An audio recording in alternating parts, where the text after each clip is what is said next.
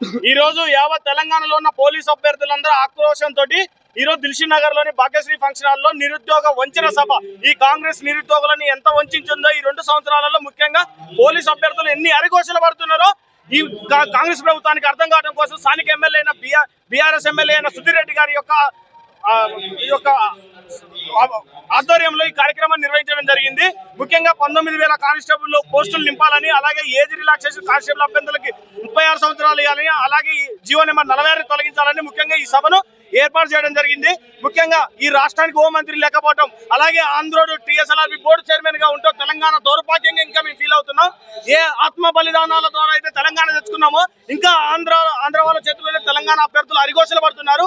ఇంకా ఈ సాయిబాబా టెంపుల్లో మధ్యాహ్న భోజనం తిన్నాక తల్లిదండ్రుల యొక్క పుస్తల తాడులు అమ్మి, ఆస్తులు అమ్మి, కోచింగ్ సెంటర్లు కట్టలేక, స్టూడియోలలో మన స్టడియాలలో కూర్చోలేక తీవ్ర ఆందోళనకు గురవుతున్న తెలంగాణ కానిస్టేబుల్ అభ్యర్థులు ఇప్పటికీ 18 మంది చచ్చిపోయారు. వాళ్ళ యొక్క ఆవేదనకు, ఆక్రోశానికి ఆ రోజు కొట్లాడుతున్నప్పుడు మేమందరం కాంగ్రెస్ పార్టీకి దేవుళ్ళలాగా కనపడ్డాం. ఈ రోజు దయ్యాల్లాగా ఎందుకు కనపడుతున్నాం? ఆ రోజు గాంధీవాళ్ళు పల్లి బఠానీలు అమ్ముకుంటూ మీ అందరి సమక్షంలోనే పల్లి బఠానీలు వాళ్ళు తాగే జ్యూసులు కూడా మాతో చెప్పించుకున్న వాళ్ళు ఈ రోజు ఏసీ కార్లలో తిరుగుతున్నారు. 70,000, 80,000, 90,000 అని చెప్పి వినాయకుడు లడ్డు పాట పాడుతుంటే తెలంగాణలో చదువుకున్న నిరుద్యోగులు ఆ మాటలు విని స్టడియాలలో కుప్పగూలుతుందంటే మా యొక్క బాధలు ఎవరు అర్థం చేసుకోవాలని దీన స్థితిలో మేము ఉంటున్నాము. వాళ్ళేమో మంచిగా ఏసీ కార్లలో ఎంజాయ్ చేస్తున్నారు. ఒక్కరోజు దిల్షుక్ నగర్ వచ్చి హాస్టల్లో పెట్టే భోజనాలని ఆ రేవంత్ రెడ్డి మనవన్ని వచ్చి తినమంటే మా యొక్క ఆవేదన అర్థమవుతుంది. ఆ శ్రీధరబాబు కొడుకును వచ్చి తినమంటే అర్థమవుతుంది. పొన్నం ప్రభాకర్ మాట్లాడుతున్నాడు. ఒకరోజు జీవో నెంబర్ 46 అంటే ఏ సర్వే నెంబర్ అంటున్నాడు. జీవో నెంబర్ 46 కమిటీలో ప్రముఖ వైస్ చైర్మన్ పొన్నం ప్రభాకర్. ఏమి చెప్పాలి తెలంగాణలకి? నేను ఒక బీసీనే, బీసీసీ కమిషన్ చైర్మన్ ఏమో మాతో ధర్నాలు పెట్టిస్తాడు. ఈ రోజు ఇటు మాట్లాడుతున్నామో కోర్టు అని మాట్లాడతారు. నిరుద్యోగులు ఏ పార్టీయో ఏ సైడ్ ఉంటారో ఒక ఐడెంటిటీ కార్డు అన్న తెలంగాణ ప్రజాప్రభుత్వం. ఇది ప్రజాప్రభుత్వమా నిరుద్యోగుల పాల యమపాశం అనేది మాకు ఇంకా అర్థం కావటం లేదు. మేము ఏ పాపం చేసినామని 2.5 సంవత్సరాలు దాటిన తర్వాత పోలీస్ అభ్యర్థులు అనే వాళ్ళు నోటిఫికేషన్ వేయకపోతే తీవ్ర ఇబ్బందులు అయితే వయోభారంతో ఒక్కసారి ఆ మినిస్టర్లు తీసుకొచ్చి రన్నింగ్ పెడతాం. మా యొక్క ఆక్రోశానికి గురవుతుంది. ఎవడబ్బా సొమ్మని వాళ్ళు అనుభవిస్తున్నారు. మమ్మల్ని కలవపోవడానికి ఆ బోర్డు చైర్మన్ ఆడుకున్న ధైర్యం ఏంది? హోమ్ మినిస్టర్ నీ దగ్గర పెట్టుకుంటావు, బోర్డు ఏమో డీజే బాబా ఉంటుంది. ఏం చేయలేమనా? సామాన్యులేమనా? ఏం చేతగాని గ్రామీణ ప్రాంత విద్యార్థులమా? ఇంటి దగ్గర నీకు ఓటేసి తల్లిదండ్రులకు ఓటేసి వచ్చి ఈ దిల్షుక్ నగర్ పోలీస్ స్టేషన్లలో మమ్మల్ని అరెస్ట్ చేసి సాయంత్రం వరకు అన్నం పెట్టకుండా ఉంటే ఈ కడుపు కోతకి కారణం ఎవరు? ఆ రోజు నీకు ఓట్లేమో దేవుళ్ళలాగా కనబడతావు, ఈ రోజు దెయ్యాలాగా కనబడుతున్నామా? మా యొక్క కష్టాలు చెప్పుకుంటే వినే నాదుడు ఎవడు ఈ తెలంగాణలో? జూన్ 2 రోజు నోటిఫికేషన్ ఇచ్చినామని చెప్పి కొంతమంది కాంగ్రెస్ నాయకులు పాలాభిషేకం చేస్తారు రేవంత్ రెడ్డి. నిజంగా వచ్చే నోటిఫికేషన్ ఏ నాయకుడు చేశాడన్నా? కాంగ్రెస్ పార్టీలో రియాజ్ కావచ్చు, కొంతమంది పాలాభిషేకం చేస్తారు. నేను మానవతరాయ్ అన్న రోజు మాట్లాడుతున్నాడు కదా, అసలు కాంగ్రెస్ పార్టీకి మానవతరాయ్ అన్న ఓటేసిండా? కాంగ్రెస్ పార్టీకి మానవతరాయ్ అన్న ఓటేసిండా? సూటి ప్రశ్న. ఓటేయలే కదా. ఓటేయని నీకెంత భజన చేస్తే ఓటేసి అధికారంలోకి తీసుకొచ్చి 32 నియోజకవర్గాలు బస్సు యాత్ర చేసి వాగుల వంకల్లో చెమట చుక్కలు గారి నడి నేలపైన అర్ధరాత్రి పూట పండుకొని దాడులు చేసుకున్న మేమెంత ఆక్రోశం ఉండాలి? ఓటేయని నీకే అంత హక్కు ఉంటే ఓటేసిన నాకెందుకు ఉండాలి? ప్రజాస్వామ్యంలో హక్కు ఉండాలి. నా తల్లిదండ్రులకు ఓటేసినాం, మా పార్టీకి గెలవాలని చెప్పి తిరిగినాం. మేము ఓట్లేసి గెలిపించిన ప్రభుత్వాల ఏ పాలాభిషేకాలు చేసాం? మేము కూడా పాలాభిషేకాలు కొన్నామన్నా. మేము కూడా 20 రూపాయల ప్యాకెట్లు, 50 రూపాయల ప్యాకెట్లు కొని రేవంత్ రెడ్డి ఫోటో పెట్టినాం. కానీ 290 పోస్టులు వేసేసరికి ఆ పాల ప్యాకెట్ల ఖర్చు కూడా రాలే. నువ్వు వేసిన పోస్టులు పాల ప్యాకెట్ల రేటు కూడా రాలే. ఏం పాలాభిషేకాలన్నా? సిగ్గు చెరం. మీ యొక్క పదవుల కోసం నిరుద్యోగులను అడ్డు పెట్టుకుని రాజకీయాలు చేయొద్దని ఈ నాయకులు చెప్తున్నాయి. మీకు పదవుల కోసం నిరుద్యోగులను అడ్డు పెట్టుకొని నిరుద్యోగుల మీద మాట్లాడి ఏదో ఫేమస్ కావాలి అని చెప్పి ఫేమస్ అయ్యి నిరుద్యోగుల కడుపు ఎందుకు కొడతారయ్యా? నిజాలు తెలియదా నీకు? ఎవడు పుట్టిన పిల్లల్ని మన పిల్లలని చెప్పడానికి? ముఖ్యమంత్రి మాట్లాడుతూ ఏ రాష్ట్ర ప్రభుత్వాలు ఇవ్వలేనటువంటి ఉద్యోగాలు ఒక సంవత్సర కాలంలోనే ఇచ్చామనేది చెప్తా ఉన్నారు. తన మనవుడి మీద, రేవంత్ రెడ్డి యొక్క మనవుడి మీద ఈ 70-80 వేల ఉద్యోగాలు నేనిచ్చా అని ప్రమాణం చేయమని చెప్పి ఇక్కడ దిల్షుక్ నగర్ లో నేలకు అమరవీరుల స్థూపం దగ్గర 4 రాష్ట్రాలన్నా తెలంగాణ వాళ్ళు చదువుకున్న వాళ్ళన్నా, విజ్ఞానులన్నా, పిహెచ్డి స్కాలర్లు చేసిరన్నా, తెలంగాణ ప్రధానులుగా ఎంతో ఉన్నత శిఖరాలకు ఎదిగిన తెలంగాణ విద్యార్థులన్నా, తెలంగాణ విద్యార్థులకు జ్ఞానం లేని వాళ్ళు ఉస్మానియా యూనివర్సిటీ ఉద్యమానికి ఉన్నది. కానీ ఆ ఉద్యమాల్లో చదువుకున్న వాళ్ళని 70,000-80,000 ఉద్యోగాలు వచ్చినట్టు నమ్మడానికి పిచ్చోళ్ళం అన్న. దేవుడి మీద ప్రమాణం చేస్తాడా? ఆయన కొడుకు మనోడి మీద ప్రమాణం చేస్తాడా? మెస్సీ వచ్చినంత ఈజీ కాదన్న, నీకు పబ్లిసిటీ చేసినంత స్టంట్ కాదు.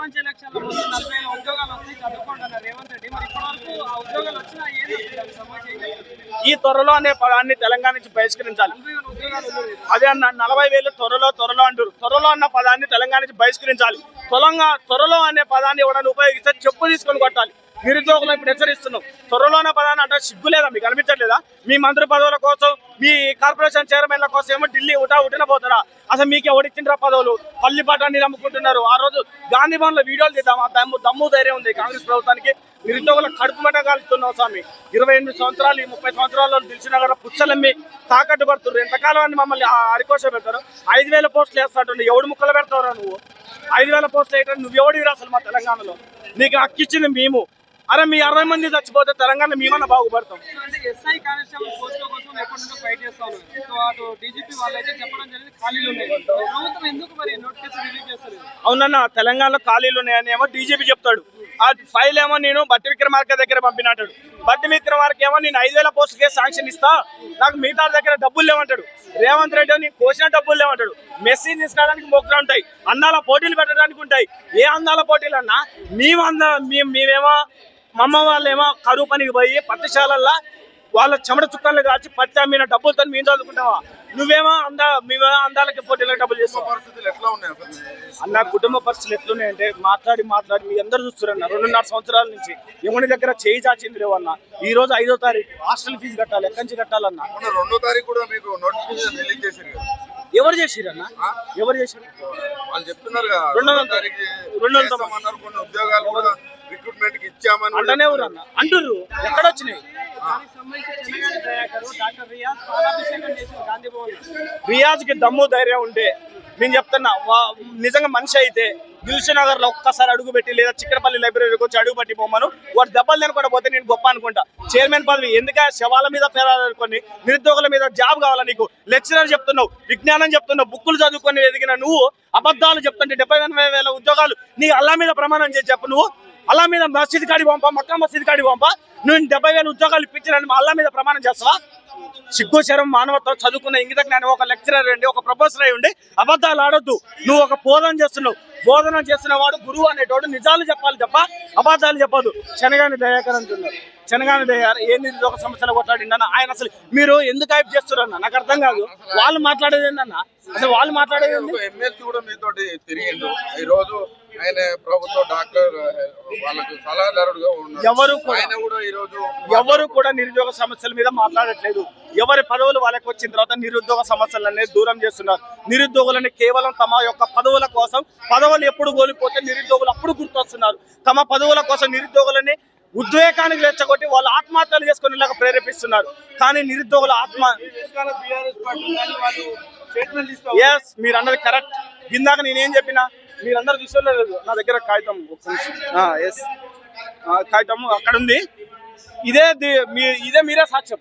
ఆ రోజు మన కాంగ్రెస్ ప్రభుత్వం మహేష్ కుమార్ గౌడ్ పిసిసి అధ్యక్షుడు ధర్నా చౌక్లో ధర్నా పెట్టండి, ప్రభుత్వం మీద పోటీ చేయండి అని తన అఫీషియల్ లెటర్ మీద ధర్నా పెట్టించిండు. అంటే అది కాంగ్రెస్ ప్రభుత్వం చేపించినట్ట? అది కాంగ్రెస్ ప్రభుత్వం చేపించింది. మహేష్ కుమార్ గౌడ్ మమ్మల్ని రెచ్చగొట్టి మా మీద కేసులు ఏం చేసేసింది ఈ రోజు బీఆర్ఎస్ ప్రభుత్వం. అరే బాబు మీ దగ్గర డబ్బులు ఉన్నాయిరా, ఆ రోజు మీరు ఏ తరుణాలు చెప్పించారు. మా దగ్గర డబ్బులు మేము పోయి ఎవరిని అడుక్కోవాలి, ఎవరిని చేయాలి? మాకు సాయం చేసిన వాళ్ళందరూ పోవట్లు అంటే కార్యాచరణ ఏముందన్న? క్యాలెండర్లు పోయినాయి, 2-3 క్యాలెండర్లు చిరిగిపోయినాయి. ఇంకో 2 క్యాలెండర్లు చిరిగిపోతే వీళ్ళ బట్టలు చింపుతాం. 2.5 సంవత్సరాలు చిరిగితే ఇంక వీళ్ళ బట్టలు చింపుతాం. ఎవరు? ఒకసారి పోలీస్ పటేల్ అంటాడు, ఒకసారి భూస్వామి కుటుంబం అంటాడు, ఒకసారి రైతు కుటుంబం. ఫస్ట్ ఏ కుటుంబం చెప్తాం, మీ తర్వాత దాని మీద స్పందిస్తాం నిరుద్యోగులు. ఓకేనా?